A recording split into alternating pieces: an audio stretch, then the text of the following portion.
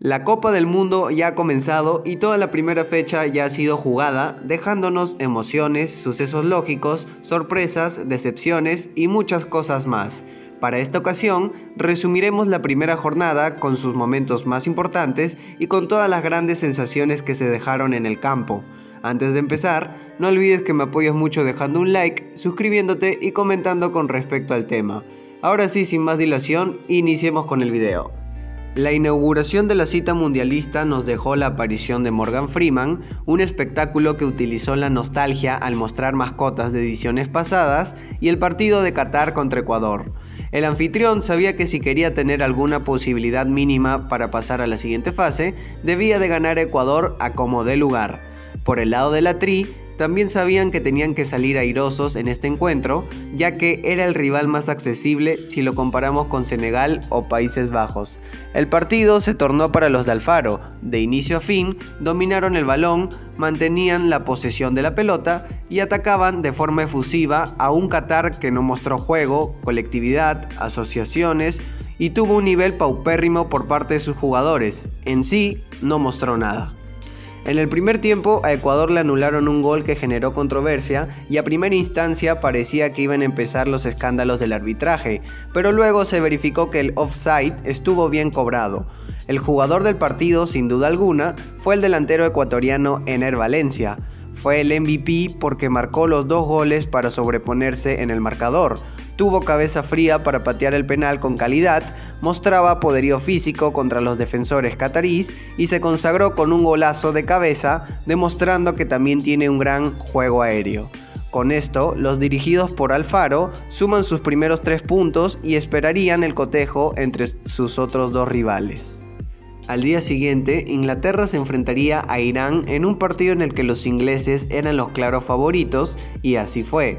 En el minuto 7, el arquero de los iraníes, Beiren Ban, tuvo un impacto en la cara provocado por un choque con un compañero suyo en un tiro libre a favor de Inglaterra.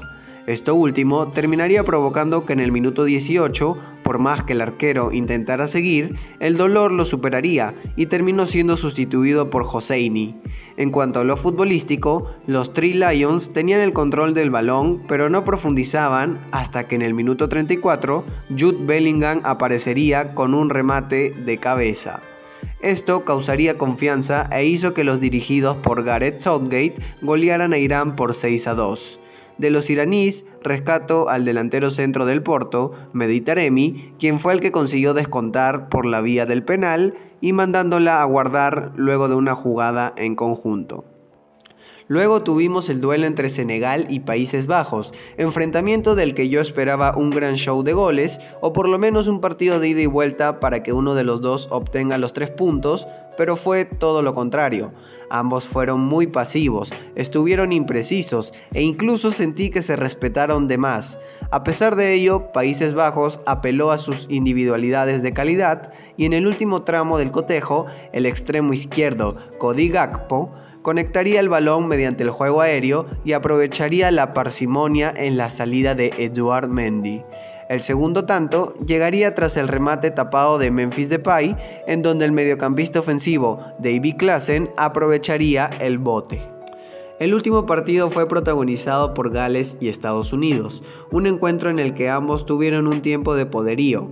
En la primera parte, los americanos superaron al conjunto galés y lo reflejaron en el marcador con una gran jugada colectiva en la que Pulisic condujo la pelota, rebasó a los defensores rivales, descargó el pase para Timothy Weah, quien marca la diagonal, y este último termina mandándola a guardar.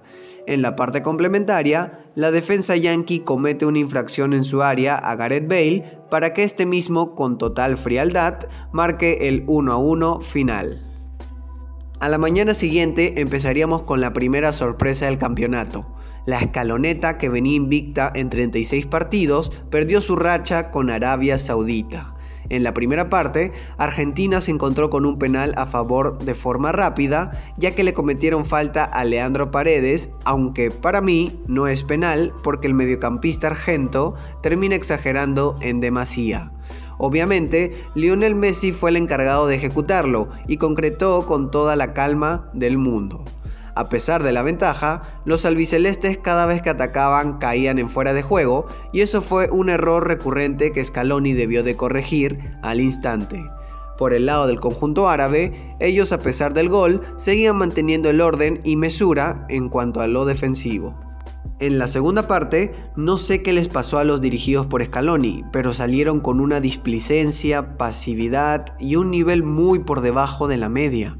En cambio, Arabia Saudita se iba a prender al conseguir la igualdad gracias a Al-Shehri, que fue el que superó al Cuti Romero y cruzó su tiro de gol.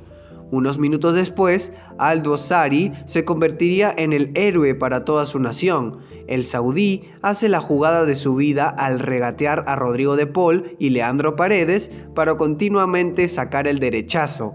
Esto fue un balde de agua helada para los argentinos que con una defensa diezmada y con un partido para el olvido de Rodrigo de Paul no podían creer lo que estaba sucediendo. No hay nada que quitarle a los árabes porque tuvieron todo el mérito. Fueron pacientes, ordenados y atacaron en el momento idóneo. Proseguimos ahora con un Dinamarca contra Túnez, que fue el primer cotejo que acabó sin goles y la verdad es que estuvo muy aburrido y hacía que por momentos no estuviera atento. En síntesis, se vio una Dinamarca que no mostró la chapa de favorito, ni tampoco el nivel que mostró en las eliminatorias europeas, mientras que los tunecinos aceptaron el papel de inferioridad, pero supieron mantener su valla invicta, con una defensa sólida al tener un 3-5-2 que reiteradas veces se volvía un 5-3-2 al momento de replegar. Luego tuvimos el México contra Polonia, que lamentablemente también finalizó sin goles. Durante los 90 minutos, México tuvo la tenencia de la pelota, pero no llegaba a conseguir opciones claras de gol y recurría mucho a los centros y pelotazos, lo cual era muy erróneo, ya que los polacos tenían mejor físico que ellos. Los mexicanos debieron de trazar el camino con asociaciones y un juego con el balón al ras del campo. Por parte de Polonia, simplemente no tuvieron idea de juego y esto se ve plasmado en sus únicos 2 remates al arco. Lo peor es que incluso pudieron ganar el cotejo porque tuvieron un penalti debido a un jalón de Héctor Moreno hacia Lewandowski. Este último fue el responsable del penal, pero el intacto Memo Ochoa se convertiría en el salvador de México, atajando el tiro al artillero polaco. La última gran jugada llegaría tras el pase de Edson Álvarez hacia el ingresado Henry Martin, que cabecearía el balón, pero se toparía con la presencia de Szczęsny. Pasando al otro día, pudimos iniciar con un Marruecos contra Croacia que sinceramente no pude verlo completo y finalizó con un nuevo 0-0.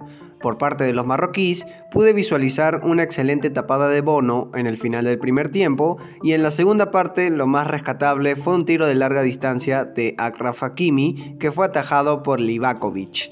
Por parte de los croatas, tuvieron una gran combinación de pases en la que Vlasic conecta con la pelota, pero Bono le impide el gol, y también tuvieron un remate de mediana distancia de Luka Modric, que se encontraba solo, pero remató con mucha potencia para mandar el balón a la grada. Seguimos ahora con una nueva sorpresa, Alemania contra Japón. Los germanos desde el minuto 1 salieron a presionar, avasallar y atacar a su rival con remates de larga distancia, individualidades y pases en conjunto. Al minuto 30 cobran un penal a favor de ellos tras la salida del arquero japonés que se lleva por delante al lateral del Leipzig, David Raum. Gundogan toma la iniciativa y concreta el penal para iniciar con ventaja. Los liderados por Hansi Flick seguían siendo ofensivos, pero eran muy ineficaces con sus ocasiones y encima se encontraron con el arquero japonés Gonda, que tuvo muy buenas intervenciones. La ineficacia se termina pagando y así fue para los germanos. Al minuto 74, Ritsu Doan fue quien empataría las cosas tras quedarle el balón en el rechazo de Manuel Neuer. El declive alemán seguiría y 8 minutos después el extremo derecho Takuma Asano sentenciaría el cotejo tras recibir el pase largo, controlar el balón con calidad y definir de forma exquisita. De esta forma, los samuráis conseguirían una proeza que es muy loable. Continuamos con una España contra Costa Rica, del cual no hay mucho que decir. España fue muy superlativo en todas las líneas y esto se sumó a la contundencia de la Furia Roja para desencadenar un 7-0. Los goles fueron de Dani Olmo, Marco Asensio, doblete de Ferran Torres, gol de la joven promesa de Gavi, Carlos Soler y Álvaro Morata siendo el último en anotar. Para finalizar tuvimos el Bélgica contra Canadá. En el papel, los belgas eran favoritos y tenían que hacer respetar su jerarquía, mientras que los canadienses volvían al Mundial después de 36 años gracias a una gran eliminatoria. El partido fue todo lo opuesto a lo que creíamos. Los norteamericanos fueron los que mantuvieron la tenencia de la pelota, organización en todas sus líneas y con actuaciones individuales destacadas como la de Alphonso Davies, Tajon Buchanan y el defensor que me deslumbró por su solidez fue Kamal Miller. Canadá, al minuto 7, obtuvo un tiro desde los 12 pasos debido a una mano notoria del extremo izquierdo, Yannick Carrasco. Desafortunadamente, Davies patea el penal, pero una óptima atajada de Thibaut Courtois impide el grito de gol. La rítmica canadiense seguía y Johnston pudo rematar desde fuera del área rival, pero el guardameta belga volvería a aparecer. Bélgica, sin ninguna estrategia ofensiva, apostó a las pelotas largas y faltando poco para la finalización del primer tiempo, Alderweireld manda el pelotazo para Batshuayi y con la calidad individual que posee, termina anotando el único tanto del encuentro. En el tiempo complementario, Canadá seguía en la misma sintonía a pesar del golpe duro. En el minuto 79, Johnston mandaría el centro hacia el delantero del Brujas, Larin, y este cabecearía con dirección, pero el arquero del Real Madrid apareció una vez más para convertirse en la figura de Bélgica. Sentí mucha empatía con Canadá porque me hizo acordar mucho al partido de Perú contra Dinamarca por cómo se dio el encuentro, porque ambos volvían después de 36 años a la Copa del Mundo y porque ambos fallaron un penal muy clave. En el último día de la primera fecha, en la mañana tuvimos el Suiza contra Camerún. Podíamos visualizar que los suizos adelantaban su bloque defensivo, lo cual por momentos no era tan favorable, ya que la velocidad de los cameruneses hacía que aprovecharan esto para algunas contras.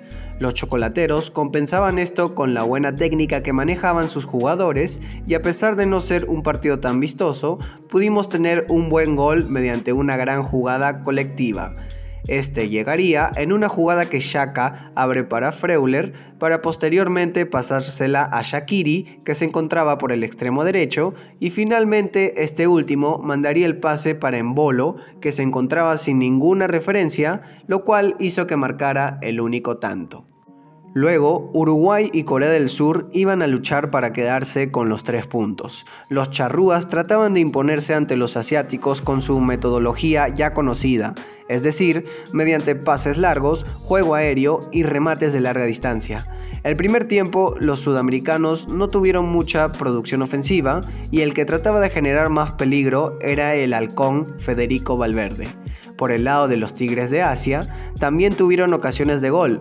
Recuerdo una jugada clara al minuto 34 que el delantero centro coreano pateó, pero la pelota se le fue por los aires.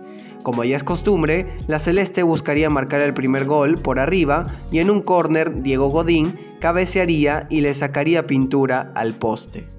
En el segundo tiempo pude ver a un Darwin Núñez más participativo y que siempre intentaba buscar el remate, pero fue bien obstruido por momentos. Pienso que debió jugar de 9 en lugar de Luis Suárez, ya que el pistolero no mostró la mejor de sus actuaciones al estar lento y no recibir muchos balones. Valverde es otro jugador que debe ser reposicionado como extremo o como un volante más adelantado por su pegada que mostró en el minuto 89 y que chocó en el palo de los asiáticos. De los hombres más destacados, tenemos que mencionar a Fede Valverde, Rodrigo Bentancur por su anticipación y quite del balón, y también a Josema Jiménez junto a Diego Godín, que sigue demostrando su jerarquía defensiva. La defensa uruguaya fue espléndida, pero el ataque quedó a deber, y lo que no entiendo para nada es el por qué Diego Alonso no hizo ingresar a Georgian de Arrascaeta cuando Uruguay necesitaba pases filtrados, desequilibrio e impronta. Después tuvimos el cotejo entre Portugal y Ghana. Supuestamente este era el partido más accesible para los portugueses, pero al final terminarían sufriendo más de la cuenta. La primera parte fue para el olvido porque vimos a un Portugal estático, sin verticalidad, sin ideas y a una Ghana que simplemente se cerraba bien atrás y no dejaba ningún espacio. En cambio, en el tiempo complementario fue toda la antítesis del primer tiempo. Primero, al minuto 61, empezamos con un penal inexistente en el que el VAR relució por su ausencia. Cristiano Ronaldo patearía el penal fuerte y ajustado para que así rompa otro récord al convertirse en el único jugador en anotar goles en 5 mundiales consecutivos. Sus anotaciones empezaron desde Alemania 2006 hasta esta edición actual. Volviendo al partido, al minuto 72 el centrocampista Mohamed Kudus, quien en mi opinión era el mejor de Ghana, pudo superar a Rubén Díaz para posteriormente sacar el centro en el que Danilo Pereira la pifia para que continuamente le quede la pelota servida a André Ayew. En el pick de Kudus, el entrenador de Ghana lo termina sacando, y hasta ahora no entiendo el porqué, y continuamente al minuto 77, Bruno Fernández, quien había estado apagado, sacó a brillar ese buen pie que tiene para mandarle un pase idóneo a Joao Félix, que finalmente terminó en gol. Después entraría muy bien Rafael Leao al terreno de juego para que al 79 Bruno Fernández vuelva a temporizar su pase, lo emana hacia Leao y este la termina cruzando. La defensa férrea de Ghana se había descuidado y parecía que el cotejo estaba finiquitado cuando de pronto el ingresado Ousmane Boukari sorprende con un cabezazo potente ante unos defensores lusos muy blandos. Estoy seguro que Fernando Santos no ha salido tan conforme con las carencias defensivas, sobre todo por el pésimo partido de Joao Cancelo y Danilo Pereira. Finalmente tuvimos a la selección brasileña en contra de los serbios. Durante el primer tiempo, la canariña tenía el control del balón, pero se vio obstaculizado por una defensa serbia muy organizada para cerrarle todos los huecos posibles. Ya en el tiempo complementario, la verde amarela, si no puede sacar la diferencia con sus sociedades, lo hace con sus individualidades y así fue. Al minuto 61, Neymar Jr. sería el ilustre que regatea a dos serbios para que seguidamente le quede la pelota a Vinicius, quien saca el remate, pero es atajado, aunque como buen cazador de goles, Richarlison aprovecha el bote y marca la diferencia. Desde el primer tanto, empezó la samba brasilera con un gran dominio, sumado a una Serbia desconcertada. Al minuto 72, Vinicius manda el centro para Richarlison, que recepciona de forma excelsa, para luego hacer una tijera que causaría un golazo. Para mí, hasta ahora, es el gol que se apunta como el mejor del campeonato y es particular el partido del delantero del Tottenham, ya que no estaba recibiendo los balones y en las dos que tuvo las pudo mandar a guardar. La única mala noticia para los brasileños es que Neymar Jr. acabó sentido en una acción del encuentro y lo más probable es que no pueda jugar los otros dos partidos de la fase inicial.